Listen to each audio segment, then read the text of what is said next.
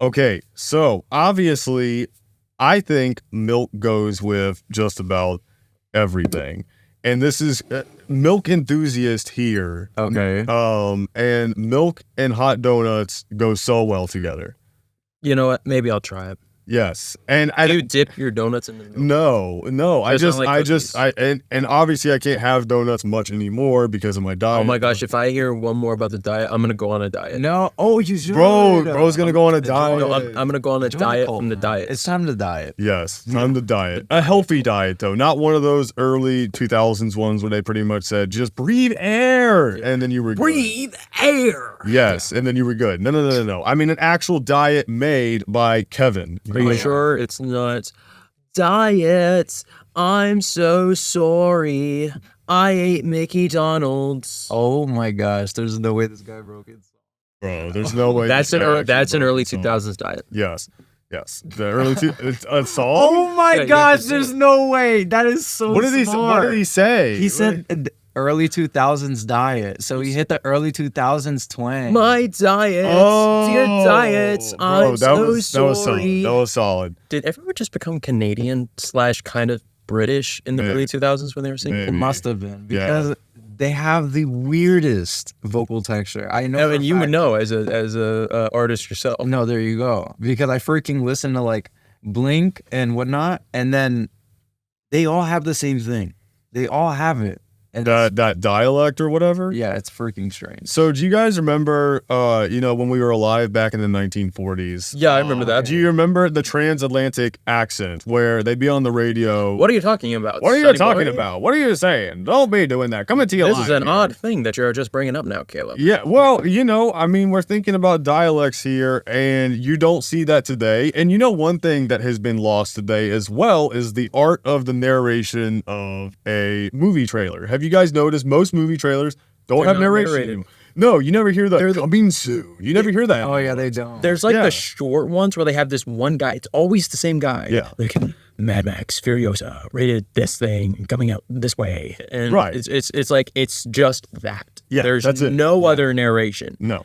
and you're right. It is so weird. Yeah. I mean, do people find it cheesy? I mean, do you guys find it cheesy, or what do you think? I haven't noticed it only because I'm not like a movie guy. But you know what's so crazy? Now that you guys say it, I notice it. There's no voices. Yeah. So, Why isn't there voices? well, Do you know this? Do you have some insider information, Mr. Caleb? I happen Smith to be of the guy industry? behind the voices. Oh. I retired. Whoa! Wait, why did you do that?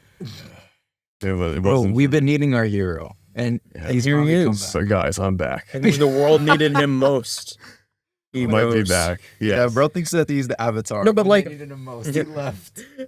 Bro, if you Return watch- of the King. Yeah, that's literally it, bro. like if you watch like the original Jaws trailer, there's a legendary freaking narration, and then it continue with the sequel, but then like the others, there's nothing. In the Star Wars movies, in the original Star Wars movies, there is narration There is narration. for the yeah. original trailers, but in the prequels, nothing.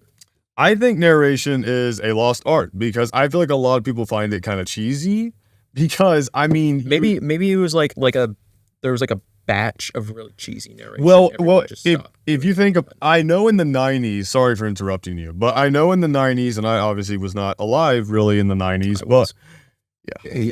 yeah. Are you Just like I was Bro, 11 and your in pants are 1940s. on fire. Whoa! Dude, I'm not wearing any. Yo. But anyway, back on topic. So if you watch, so in the 90s, there was a lot of great movies that obviously I've seen since, now, but there was also a lot of horrible movies, and Yeah. they used that narration. I think that left a stale taste in people's mouth. They were just, oh, this is super cheesy. And then as you got progressively more and more into the late 2010s, you don't really see narration in movies much anymore. You're like, So- and you don't have any Yeah. now. Yeah. None. Absolutely zero. Do you think that'll ever come back? Well, actually, Do you think? Go ahead. Yeah, I'm not even sure, honestly. But you're more familiar with You like don't have a styles and fortune trends involved? because you know Yeah, we I were don't just have a talking fortune about. involved. Bro does not have the There was fortune like involved. Guys, you know what? I left my fortune ball back at home. Dude. Bro, he left it at the office. Yo, I think I did leave it at the office. No, but like you would know because you're more into the different trends with audio because like you just talked about earlier like Yeah. with the songs in the early 2000s there was like people put on this accent. Yeah. You know, even American singers did. But that's like, the thing. I don't. To be fair, guys, I'm gonna be honest. I don't watch a lot of freaking movies unless it's like at the theater with the boys. You know, That that's is like a great. completely But like different in the thing. trailers, you're bombarded with trailers. But the thing is, I don't really pay attention to the voices in the theater. When I go to the theater with the boys, I'm not thinking about the person behind the narration. I'm gonna be honest with you. I'm thinking about what the boys think. And low key, we start just grilling the trailers, especially when That's they're bad. true. Yeah. When they're bad, and I'm like, man, that is stinky. I'm like, guys, there's no way they sat in the room and they thought of that. Yeah. I was like, Well, so actually, that you saying that made me think of something. There is technically narration in movie trailers, but it's not by some outside entity or voice like in old style trailers.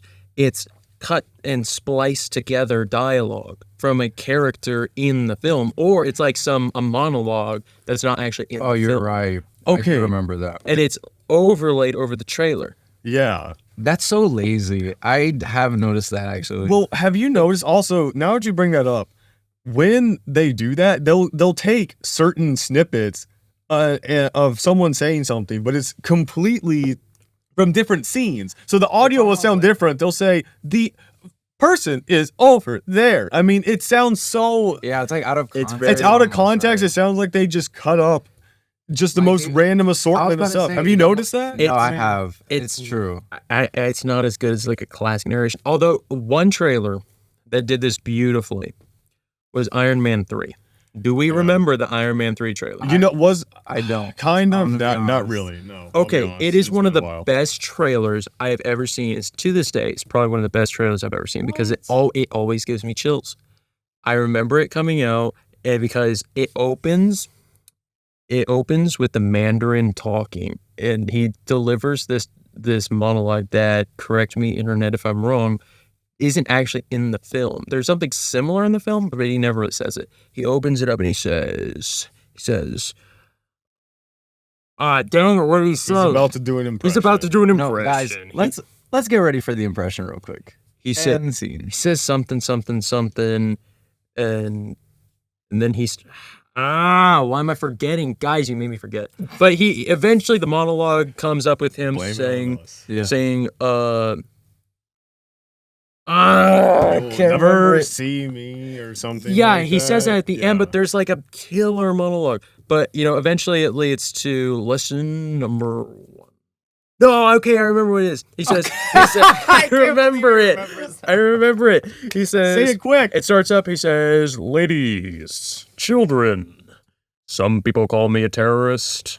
I consider myself a teacher. Lesson number 1. And then, like, you see all the planes approaching Tony Stark's mansion, and they're, like, getting my their gosh, guns I ready. I'm remembering He this says, now. heroes. Yeah, I'm remembering this. You're right. There is no such thing. And then all the Iron Man suits start blowing up, and he's just talking throughout the trailer. Man. And then the same thing happened with Age of Ultron. Yeah. And then he's like, I'm going to show you something beautiful. We're talking about the golden age of the MCU, MCU. right? Yes, here. and so that's technically narration. It's not by a third party, Yeah. somebody, but it's monologues that aren't really in the films and that aren't necessarily spliced together. Right. Do you think? Sorry for interrupting you, but Dude, how dare you? No, I love the impression. yeah, that was a great No, impression. honestly, wait, I was low key kidding, but now I'm being serious because that it was impression actually was pretty good. good. It was pretty good. So there's obviously, it seems like they have moved away from the actual people with the deep voice doing the trailers, and now it's more of the spliced up dialogue. So do you guys think that is something that should stay, or do you think that you should bring back the trailer? So there was this movie that came out last year. It was called The Holdovers, and they used narration, but this movie had a very 80s aesthetic, so they really honed in the them the voiceover, and it was, you know, kind of the cheesier voiceover, Mm. but it was almost charming. You know, it fit the theme of this movie called The Holdovers, which I haven't seen, but I need to watch it at some point. So It's like the Christmas themed one kind of. yes, it's the first. It has Paul Rudd? Giamatti, I think is his name. I could be butchering that. He And played. It was the guy that played the Rhino in Amazing. I love how that's how you remember him when he's an incredible actor. How about Yeah. the guy from The Illusionist? Yeah. That's No, I better. haven't seen that. But I have seen Amazing Spider-Man. Amazing I think I've seen that. Oh movie. man, yeah, I'm I'm so sorry, Rhino, the Paul. Rhino. If Paul's watching this, sorry, buddy. No, because That's you what know I what's know about it. crazy? I was talking about this a second ago. I was grilling that movie when we were watching it, and I remember that we were grilling the Rhino. That's how I remember it.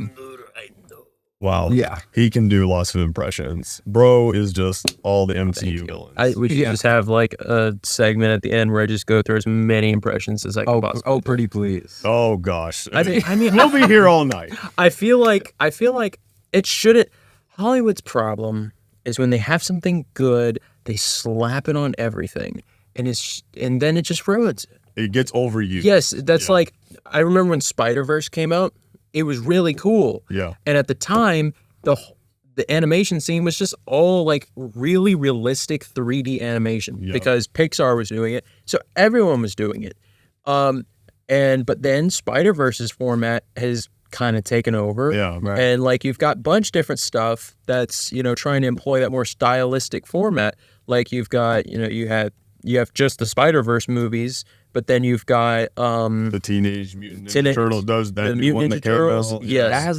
That has a multiverse in it. No, No, it not has the the multiverse, it animation just has the style. Oh, the style. I Yeah, thought you were it's the talking about style. No, like it the actually kind of has the blending style. between 3D and 2D. It's like comic book. Yeah, it looks Yeah, it's comic. It looks booky. comic book. Yeah. I know. And then you had Puss in Boots, which is a great film, you know, and I really like it. And I think it's uniquely different from Spider-Verse, but you can Yeah. tell it was influenced by Spider-Verse. Then you had like Turning Red, which no one saw. yeah. Was that a Disney? That's a Disney movie. Right? Yes, Ed Yeah. Live it was. Yeah. And that kind of had a bit more of that anime style to it. And then just, you know, and then there was that Disney film that really no one saw. What was it? Oh, I know what you're talking about. Which was Oh one? my gosh. Wish. It Wish. was Wish. Wait, I saw wait. almost no marketing for that. Yeah, no, No, it's like zero. honestly, Yeah. the only thing that the movie actually has in common with the title is that it looks like a Wish.com movie. No, yeah, I heard a bunch of complaints that it was literally like it had to have been AI generated. The entire thing. That's what it Has looked like. Zero. It soul. looked It's like they crazy. saw Spider-Verse and Puss in Boots, and then they were like, "Hey, let's do that," but like, just like slap like a LUT on it. Yeah. Oh, Like, is just slap a LUT on the animation, and then toggle down the intensity, and Yeah. it just didn't look good. And so, you know, that's Hollywood's problem. So I feel like to come back to what you were saying, if we did have a return back to narration, they would just put it on everything, regardless of whether it needed it or fit. Like imagine a super intense action movie having that big boisterous, well, you know, a long time ago in a place far, far away. I'm trying to make it non-Star Wars. Star Just Wars thinking at of the Star home. Wars Yeah. trailer. We have Star Wars. We have Star Wars out. Starring this guy, and this guy. Starring Hark Mammal as Sook Skywalker. Oh, Yeah, because my I mean gosh. that's what you had with the Jaws trailers. It's starring Roy Scheider, Richard Dreyfuss, Jaws. You know, that's another. That's this. I feel like that's something as well that's kind of lost is just you have that one big star you throw in it, and then you get a bunch of younger actors. I feel like today those floating head posters. You guys know what I'm talking about. They get all these big names, and I mean that often is really cool. You know, Dune Part 2 had all these big names, and obviously I love Dune Part 2, and a lot of people did. But it almost feels like a marketing ploy at times, just throwing all these Definitely heads is. on a poster. It is, and I Yeah. like. Do you remember the new Spider-Man posters from the new Spider-Man movies? Oh my gosh. How Yeah, awful those I are. hate Those the are the worst. No Way examples. Home ones. Yeah, they were pretty Oh bad. my God. gosh. It- man. those posters are the worst examples of the Yeah. talking head thing Yeah. because they just, I mean, like some of the MCU posters where they do the floating heads, that's they're pretty good. They're Right. well integrated, especially Avengers Endgame and Infinity Wars. Those made more sense too, and the Infinity War poster because was very it's a good. big team up. Right. That's You have why to have them. You gotta have it.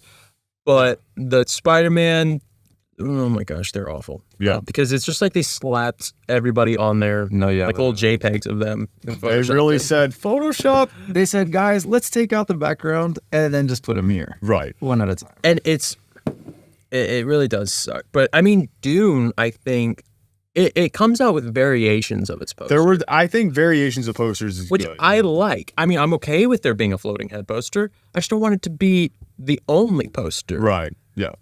Like, because I think there was one poster for the original Dune movie where it was just like the sun peaking above. It was Dune Paul planet. Atreides. I think he was in the center of it. I can't remember exactly, but I know what you're talking about. Well, no. This one's just like this one was like it was. Oh, like, the first one ever. it was like 1980. David no, no, Lynch's. no, no, no, no. Oh, okay. Like this one, the first movies. So the Dune first, 2021. Yes, the Dune first Part One. poster Okay, to gotcha. come out. It was so cool. It was just like the sun peeking across the planet, and the planet was black, and it had that. I know what it. Oh, And I it know just what had it is. It's the Dune. rising Yes. rising planet. I know exactly which one. And It's it's on just the steel book. Dune. It's on the 4K steel Yes. book. Yeah, I know It was exactly a what you're talking about. fantastic Yeah. poster. Yeah. It looked really cool, and I just loved it. And yeah, so I feel like there was another poster. Long Legs has a good poster. Yeah, I haven't seen Long Legs, but I've had some friends say it's really good. Yeah, I've heard it's.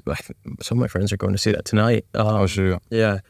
I like that poster because it's not a floating head poster. Really, the outlier to the floating head madness is horror movies. Yeah, it really is. But there was a film that came out. I think it's called the I forget. It has the guy Michael Fassbender. It came out last year, and he's pointing a gun at the camera, and it's kind of that old 1970s poster. The Killer? The The Killer. Killer. That's what it is. The Yeah, there Killer it is. poster is amazing. That was I a good love one. that poster. It's so good. Okay, so I want to kind of segue into something else here. So we're talking a lot about movies and Hollywood, and we're examining a lot of what we would do with this type of stuff. We had the opportunity. Mm-hmm. We're all here. We're young creators, kind of starting out our careers.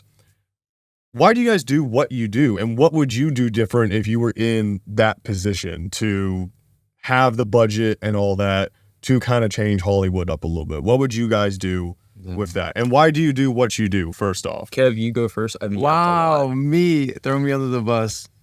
I don't know. I'm honestly, because I'm more of an audio guy, so I don't necessarily notice all of those things. But I'm gonna also try my best to articulate something, because when it comes to movies, I think nowadays it's kind of lost its way in terms of composition and storytelling. Like, I swear, I think we just went to go see the M. Night Shyamalan movie, Trap. and that was, There's gonna be some disagreement. yeah. So, Between these two. oh, shoot. There will be some Oh, disagreement. my bad, team. But No, look, it's okay. no, Debate's good. but honestly, when we were watching it, I couldn't stop laughing because like the direction of the movie was so strange and stuff. I think if I were in that position, the first thing that I would have to crank out and make sure that it's so solid is like the story and what is the ethos behind it. Yeah. Because if you don't have the ethos, like, where are you going? First and foremost, where are What's you happening? going? What Yeah. what is even the point of the movie? Right. Because it's like you have a movie, it's going somewhere, and if it doesn't have the ethos, it freaking takes a left turn. In that movie, not like a crazy spoiler, but they kind of like leave the arena at some point. And that for me took a crazy turn in the Yeah. movie Trap. And I kind of like lost sight of like what we're going for. If I was able to articulate a story with other people, because you have to collaborate. Right. No doubt, This is a right? in the creative field, you collaborate. Dude, It's oh a my team gosh. sport. Even on songs I work on, man, it's the same thing. If you don't collaborate with people, not only is it like lonely and not very joy giving, but when you collaborate, you make something special. That's just period. So we would make the story, have the ethos behind it, and then once we have that together and we have something we're strong with, like we really feel strongly about, then we start doing, okay, art direction. Right. What is the movie poster going to look like? All right, who is the main star? Whatever. Right. And then we'd go from there, because then I think once you get them in the mix, both the art direction and the main cast, Yeah. you'd end up thinking, okay, we're in collaboration with them now, the people behind it. All right, what is that going to look like? Like, what do you guys think? Right. And once everybody's involved, it doesn't feel like, all right, we're throwing cast members somewhere in the script and we're just like, Yeah. just go have at it. And they're just there for the check, because we want to make something that we truly care about, Right. you know? And that's kind of the way I do it. Okay. I think I explained it actually the way I wanted to, which Yeah. is good. But yeah, the ethos is the most important. That's for me, like, top. It sounds like you don't want to, you obviously put the story in place first, and you make sure you know why you're doing what you're doing. You're not doing it just to get a bunch of big name actors. You're not doing it just for this reason. You're doing it because you love it and it inspires you and you literally breathe it. That's the creative breath that you have. That's why you like to do it. Exactly. So, yeah. I mean, Ryan, what about you? Why do you do what you do? And how would you, I mean, what's a movie you've seen recently also that you could base it off of? Because he used trap, but, you know, why do you do what you do? And how would you take your knowledge and things and bring it to Hollywood, kind of a fresh face of what you could change? I mean, the reason why I do what I do, because it started, I'm going to give you all my life story here. Prepare. So, like, when I was young, I would make little stop motion videos. Yes. Yes. And I just liked They're being really able to tell a story. I've got to see this after. Yeah, And, they're you know, really good. Please. I just loved the idea of being able to do my own story. And a lot of times it was set in the universe of something else. But eventually I wanted to do my own stuff. Right. And I mean, I kind of, you know, telling the story and seeing it actually, you know, come to life is, I mean, there's something rewarding about that. Because you can be like, I made that. Yeah. You know, I did that. Not in like I did that, but it's like, you know, that's kind of crazy. That can be done. That you worked that hard. Yeah, and then it you actually achieved exists. something, and it now. actually 'Cause exists in a medium. It was just an idea, Right. and now it's something real. Right. But like Hollywood, I mean, like you said, I think there's a lot of problems. They don't put the story first a lot of times, but I also think, I think there's also just a problem with how bloated movies have become. There's so many they're options. Massive. Oh my gosh. Yeah. They're There's massive so many leviathans that options. there's committees upon committees upon committees. And I think there's also particularly a problem in the writers room. It's no longer really a writer's room. It's more like a writer's hall. Yeah. You know, there's so many people who work on a script. And you'd think, oh, because more people got to write on the scripts, then that means, you know, it's more airtight. Right. Not necessarily. Dude. Yeah. Too many cooks in the kitchen. Too many cooks in the kitchen. yeah, Like, you're we've so all right. done group projects. Adding more people to the project does not necessarily mean it's going to be a better project. Oh, definitely not. And If anything, it comes out more bland. Yes, dude. there's more. It can be more watered It down. depends on the people, though, of course. I mean, too. yeah, it does depend on people, and that's my next thing. It's like, I think there are too many people who they live in the same place too long, and so when they try to write about something, like, say you took someone who's lived in Los Angeles their whole life, Yeah. and then they've gone to school in Los Angeles, they got all their jobs in Los Angeles, and now tell them, okay, write a story about World War II. It's like, That's out of their element. that's out of their element. They've never experienced anything similar to that. And I think that's why we had some of the greatest stories in the mid to late 20th centuries, because you had all these people who their first jobs were likely not screenwriter or this They were or that. different. They in came, different industries, right? They came from another place. Yeah. And so, like, I feel like career screenwriters in this day and age, you know, you got to be careful about that. Yeah. Because, I mean, like, for instance, my whole life has been cameras. You wouldn't Same. exactly trust me to run a grocery business. I wouldn't trust me to do that. Because That'd be a farmer though. I mean, yeah, I've worked at a That's all grocery I store. Yeah, I've worked as a grunt at a grocery store, but I know nothing about the, About the inner actual workings of how this works, of how it's supposed to be. Right. So how can someone from Los Angeles, just jump into a war drama or a period piece, Right. or this thing or that thing? And so, I think the rot in Hollywood that needs to be addressed starts, with the stories, like Kevin said, but I also think it has to do with the people who are telling the story. Yeah. And now Oh, that's so good, actually. I think, however, I do, and I agree with you, but I do think that anybody, they put their minds to it, they can learn how to overcome that bump.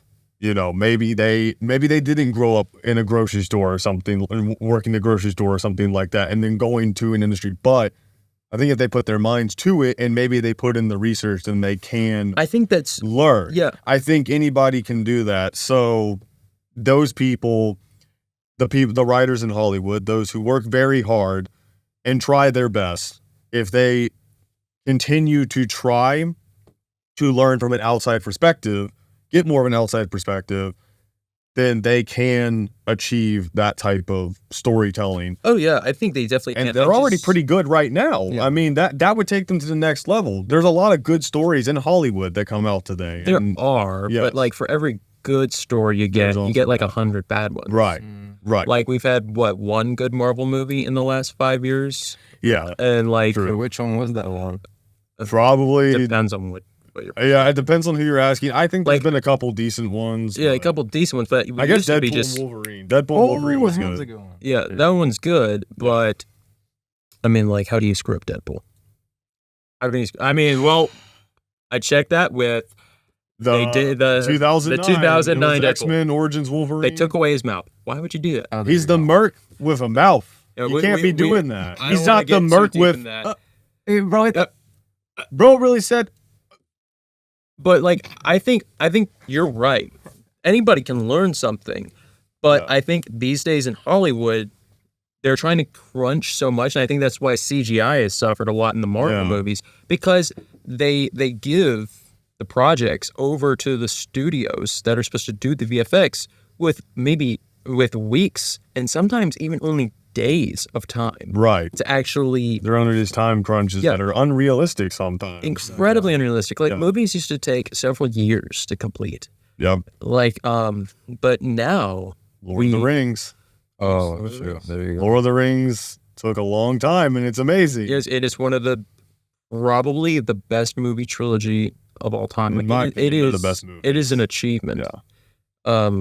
But these days, movies have a very tight schedule, very Yeah. short, and that somewhere, some time has to give, and I think Yeah. that's a lot in the writers' room. Right.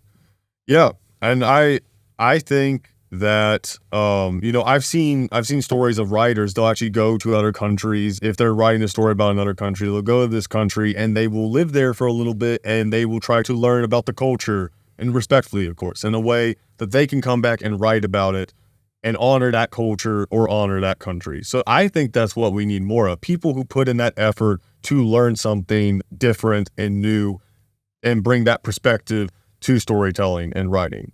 I mean, that's what I think, at least. Experiences are key. Experiences are key. If you have no Yeah. experiences, then you're just gonna write about the same thing. Right. And I mean, this is coming from me, a guy who, when he was younger, would just sit in his room a lot playing video games. Yeah. I didn't learn about cameras sitting in my room playing Destiny or anything like that. I learned about cameras by actually getting out and doing stuff. You're telling me playing Destiny until 3 a.m. didn't teach you about the Sony FX6? Bro. No, it just taught me how to not have sleep and all that stuff, man. It was Good it was, skills. Yeah. Yeah, good. It taught me to stay up there late. you go. Then you can stay up late for the shoots. Yes, There true. you go. True. Dude, Me at 3 a.m. Yeah, I'm productive session of Destiny. I'm bro. I'm at I'm, learning. I'm at 3 a.m. He's learning. He's I'm at 3 a.m. sitting here and I just pretend I have a controller in my hand and I'm thinking, yeah, I'm playing a game right now. When in reality I'm holding a light or a camera or something. So for me, Bro, this how Caleb evolved over the years. slowly, Oh, bro, an listen, AI bro. generated, Listen, AI listen, listen, generated. camera. No, my bad. Not a bazooka, Cameron. Bro, I got the shoulder rig. Just, Shoulder rig. yes. The shoulder rig's more. I don't know why I keep wanting to do that. Is it? Or I do this and I get made fun of for that. That is ridiculous. The musket. The musket. I have to shoot this. Ah, And tally ho, action. lads. Tally ho. Yes. Tally ho, ready, fire, and action. Yeah, something like that, you know. But for me, I guess to answer my own question, why do what I do? Yeah, what do you do? What you do? Oh my gosh, that's so true. There you go. Yes, why do what I do? That was a slurp right there. Slurp. Yeah. You get only The floor, best I think the SFX. floor is his now. Yeah. Go right All right. Put me up. Okay. So when I was a kid, and then you kind of know this, and you know this definitely. Okay. I used to grow up playing with Legos, and I loved Legos, Dude said. and I loved to create. You know, I would. I would build with Legos. You know, I'd build little things, and I have so much lore, and I'd make stories. There's with so these. much lore. Yeah, you know, I'd have Darth Vader fighting Lego City Police Officer number 5. Dude, that happens. You know, yeah, it happens. This that is universe, real. it in that happened. universe. Yeah, it's this real. is real, guys. like you And- guys just you guys missed the movie where Darth Vader landed in Lego City and they fought. You just missed. you missed the non-canon version. It's not canon anymore. But so I would play with these Legos and I'd build stories, and my brother and I would do this together, and we'd make these stories.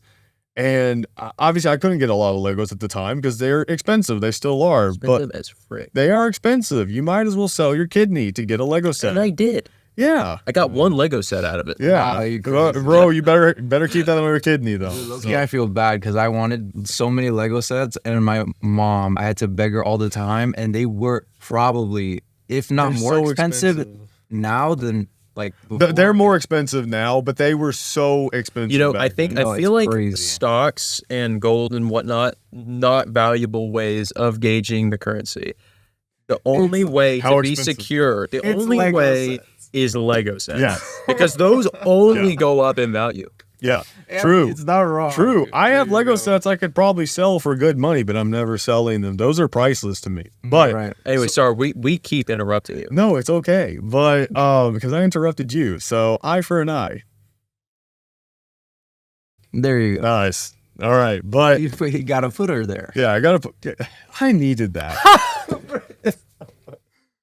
But I grew up playing with Legos, having stories and all that, and I loved it. I love telling stories. That's just, I don't know how good I am at it, but I love telling stories. I Well love enough to have a job in it. So yeah, true. I love building up. You know, I don't like telling. I like building up to a story. I like building hype and then kind of hitting you with something. So played with those, and then obviously my dad, being in the creative field too, got me into movies as a kid. You know, I grew up watching Jonah, a VeggieTales movie. You know, probably the first movie I remember seeing in a theater. I remember seeing Cars, Toy Story 2, all of these movies, and I thought, dang, these are awesome. And I saw Indiana Jones and all these movies that just told awesome stories. And I remember thinking, I want to do this, you know, and not at the time, you know, I was 5 or 6 and I wasn't thinking I'm going to be a video producer. You know, little Caleb couldn't even comprehend that. But I knew I wanted to do something with that. And then I got my first little film camera from Walmart and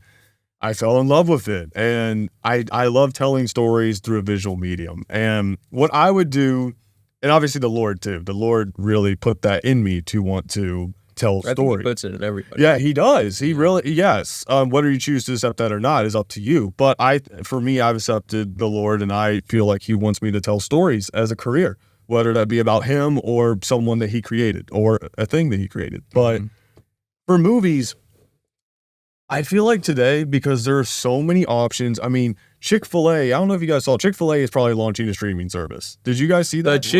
The holy chicken empire is They are launching a Making a streaming stream- service. Nobody As will of hit that as of holy this chicken day, empire, man. as of this day, they are potentially next year releasing a streaming service. I don't know if that will age poorly or not, but you know, there's so many mediums and ways to put stuff out, and it can be overwhelming at times. And it's so good that we have all those options. But at the same time, I think what people need to do, people who want to tell stories and put stuff out, they need to take it in little steps. Say, okay, I want to put something on YouTube. Get that out there. Make something good. Then maybe someone from Hollywood sees it, or maybe someone who has a connection sees it, and they do it that way. I think it's both good and bad that there are so many options, because it can be overwhelming and it can make people feel almost like they have too many options. They'll say, nobody will see my stuff. There's just too many options. Right. But at the same time, stuff is so much more accessible today. And you can put stuff out and people can see it. You can post a video on Instagram and it will get 3.2 million views and 30 million or 300,000 likes. I mean, it's so cool that you can do that. But what Hollywood needs to do is recognize where they are at. They are not content creation. They are not this streaming service. They are the pinnacle. Yeah, they're supposed to be the standard They're setter. the standard. Right. Why do I shoot stuff in 24 frames or 23.9? Because Hollywood does it. Because Hollywood does If it. Hollywood did 15. Yeah. We would do 15. Why? Right. Yeah. Why do I shoot shadow side? Because that's the way I've seen it in movies. I watch movies and I love analyzing them and learning from them. And Hollywood needs to realize it is about quality, not quantity. It's not about how many Spider-Man movies can we get out this year. How much can we milk this property? People want organic, good stories, and people will be patient for those stories. They will. I know Hollywood thinks people won't, but I think people genuinely, if you said, would you rather wait 3 years for a really good story, or would you rather wait a year and you get a half-baked story, oh, and by the way, it's just not good and we're not going to continue with it now. This property's dead. What do you think people would do? You know? I think they'd be waiting the extra time. And They want to wait. And I mean, we have other ways to YouTube and stuff to take yeah, there's the other place ways, of that in the meantime. But Hollywood is the standard. It's the golden standard. And they do such an awesome job in a lot of ways, making incredible movies like Dune Part 2, John Wick 4 last year. I'm just naming a couple I saw. And they need to realize that I don't think they know that they are that for a lot of people. That's, for me, they are a lot of the ways how I model what I do. So they need to realize their place in that and go back to that, making those Casablancas and those Vertigos and all those great movies from the 60s. That's what I would do. I would recognize my power to inspire people in that way and take more time. Beautiful. Yeah. So Man. that's what I would do. I agree. Yeah, I think you're right. They do need to realize they're the standard in movie making. I just don't think they just want to be about movie making, and that's their flaw. Yeah. They don't just want to be about movie making, but that's their thing. Yeah. That'd be like if Nathan's Hot Dog said, "We don't want to just be about hot dogs. We want to be all up in your biz." Yeah. It's just like, no, be hot dogs. But They know what they are. They make good cheese bacon fries though. I have not had their cheese bacon fries. They make cheese bacon. Yeah, like cheese bacon, crinkle cut French fries. They are so freaking good. Because I remember I would go to Six Flags Great Adventure and they had one there. Is it like it comes with the bacon and the cheese on the? Or do you just On the kind of put it fries. on? Okay, No, so it yeah, actually comes you order with it. Okay. I think I might have said it wrong, but it's like literally just melted cheese, bacon on top. It's like That actually sounds incredible and very against Very against the diet. that kind of diet. I'll have it for you, Caleb. I'll let you know it is. Thanks. You just eat it right in front of me and just. You're so I'll just, kick out. I 10 out of 10. I'll just Dude, leave. I You wanna low-key try? do that, bro. When I'm hungry, I have to watch other people eat, bro. Just so that I can feel satiated. Honestly, there's this. Have you guys watched Insider? This is Insider Food. Have you guys watched them before? They're awesome. They have a whole page dedicated to cheese. This is Insider Cheese. And I just watch people say, this is the best mac and cheese in London, or this is the best Philly cheesesteak in New York. All right, something. Philly, I'm gonna be honest here. Philly cheesesteaks are overrated. I think they're overrated. good. Have you had one from Pennsylvania, though, or no? Have you actually had one from Philly? Yeah, I was about to say. No, but here's the thing: if you think about this logically, what is a Philly cheesesteak? It's shredded up steak. It's not. It's medium well at best. At best, it's medium well because you can't actually cook that like medium rare or something. So you've already destroyed the steak, and then you throw a bunch of pepper and salt on it, which I guess kind of makes it taste a little bit better. But it's not like you cook the steak like you cook a normal steak, like you baste it, season that thing to heck. Right. And then you take the dried out, overcooked steak, and then you throw it on some peppers, some, decent peppers, but it can't be too hot because most people can't handle the spice. So some medium peppers, and then you throw it in a toasted bun, but the steak juices are just gonna leak through the bun. See, but that's where the magic is. That's where the magic is. I don't get it. It's like it falls apart in my hands. But that's like the point. I was gonna say it is kind of the point. Yeah. Why Like don't to you do just that. eat a steak? What if it gets? Well, okay, steak is amazing. True. But Well, to all them the steak enjoyers out there, I grant you, steak is good. yes, steak is. Dude, just so we're all on the same page. Steak. I am not hating on steak. I don't want to get too political. I like steak. I know, bro. I'm not trying to offend all anybody. the listeners are gone after bro went on a rant saying, "Guys, steak." You lost not me great. at steak isn't. You lost Yeah. me when you said steak is bad. Yeah, you just pissed off a lot of farmers. This just in. Caleb Smith says steak is bad. Yeah, I was about to say Whoa. Ryan nearly became public enemy number 1 in Pennsylvania, bro. They're bro, like, they're after. I you think I now. might be banned from Philly. Yeah, it's I'm Bro, gonna- you get a wedding gig there, and you drive up to the toll booth, and they look see you at and me. they go, "Wait, are you Ryan Boss from from the guy who hates Philly cheesesteaks?" oh, Get man, outta you here. know, that was a couple years ago. I didn't mean it. Yeah, you know, no, like- they would throw you out so quick. No, They'd say toll booth, more like get out of here booth, and throw you back to Virginia. Thank Put you. him shake. but I'm you. saying, oh, That was good. Guys, I should be in charge of the Department of Transportation with these types of You ideas. really should. dude. The get out booth. Then Oh, get out, oh, please, dude. Did you think of that yourself? Bro, I was dreaming about it last night. It was revealed to me. It was revealed to me in a dream. Yeah, before he went to bed, he says, Bro's "That's a modern great idea Joseph. right there." What if when we're leaving, we have to pay to leave? Whoa, Bro, Whoa. bro, I love being held So against my smart. will in a state. Yeah, pretty please. Yeah, that's great. Yeah. Okay, so obviously we all love creating. We all love doing these things. Be creative. We do be creative people. I guess kind of one of my last things I want to ask you guys is how does your faith, we're all Christ followers here, that's pretty obvious. How does your faith inspire you to create? So I'm gonna go first, or you go first? Dude, you How about you go gave me first the this time? floor Yeah. last time. Yeah. I think you're gonna Mr. take Poss, this you away. have the floor. You got okay, this. guys. No All right. pressure. Okay. Well, like seriously, I think it kind of just impacts the way you tell a story. Because some stories recently on certain streaming services, they tell a story that I think is inherently just kind of evil. Mm. Yeah. It's just, and the morals of the characters become so ambiguous and they kind of just flip flop. And that's fine for a story. Yeah. But at the end, you kind of have to say, you have to give a definitive stance. This character did wrong and this character did right or did less wrong, you know? Right. Because like for the movie Joker, that movie I think is definitively, you know, it's telling the story of the Joker, Yeah. but there's never a moment where like, you know what?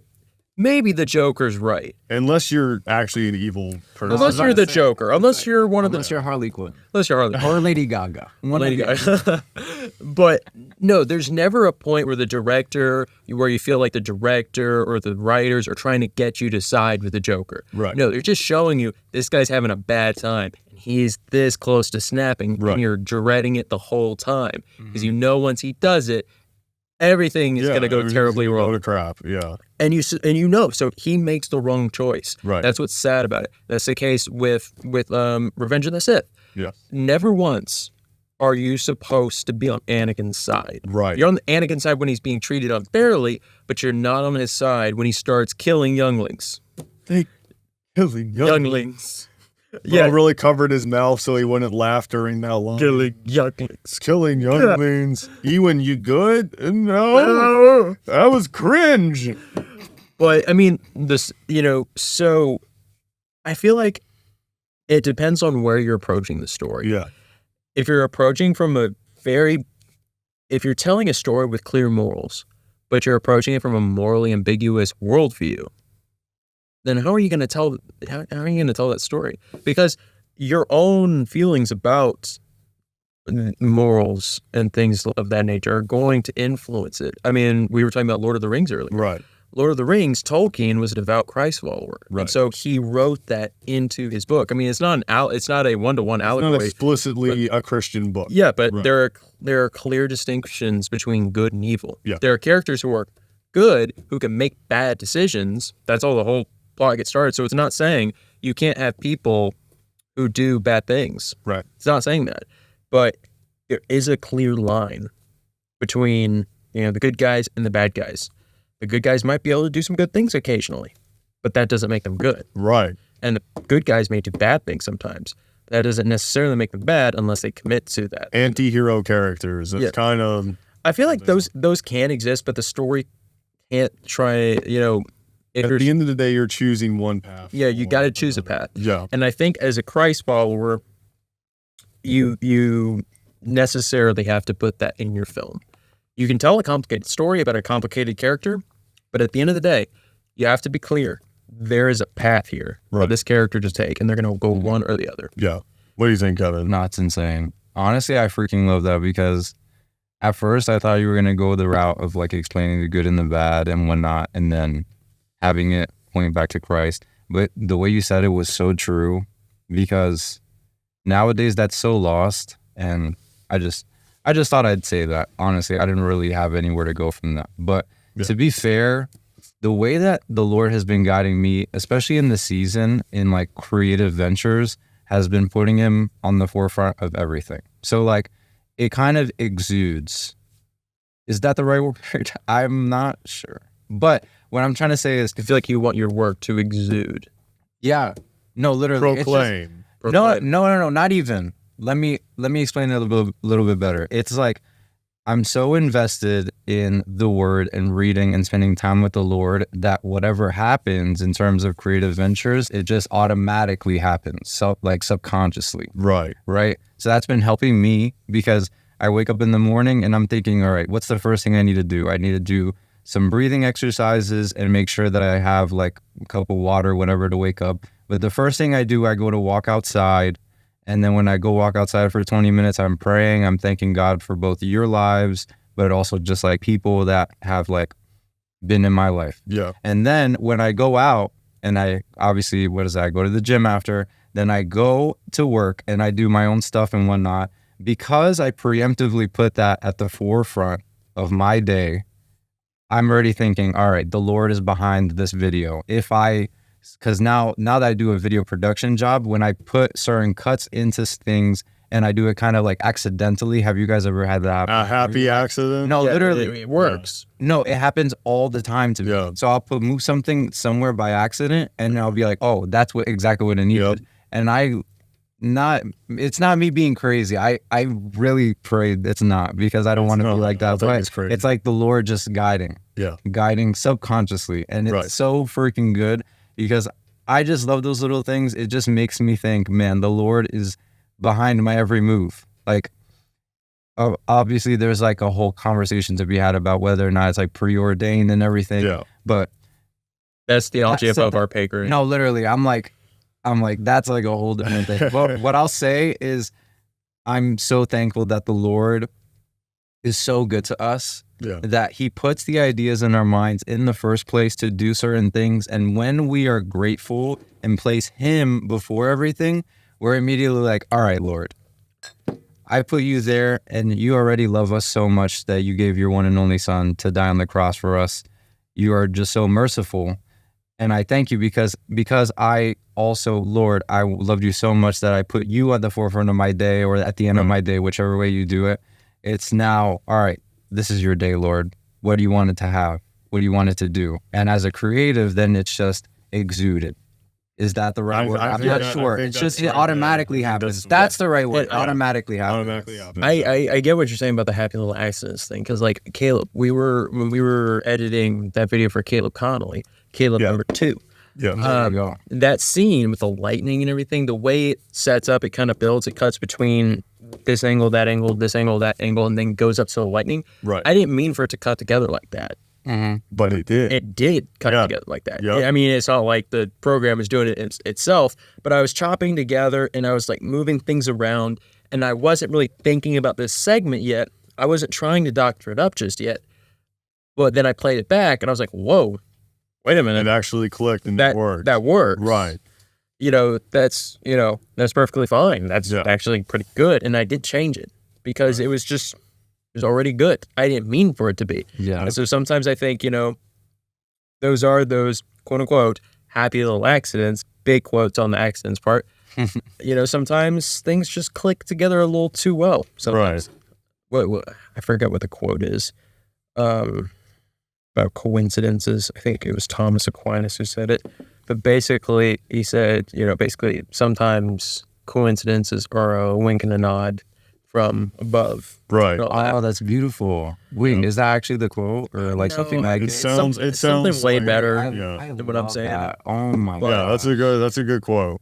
Not all. I think he basically said, not all coincidences are destiny talking to you, but sometimes it's just a little wink and a nod from up top. Yeah. The Lord works in mysterious ways, whether it be on the cutting floor or wherever else in your life. Literally. That's the cool thing about it. So, yeah. All right. I think I've yapped to you guys enough. I've been yapping up quite a storm. So, Indeed. yeah. So let's take up this conversation another time. Shall All right, we? man. But yeah, let's bring it in right here. Let's go. To a good conversation today. Absolutely. Conversation.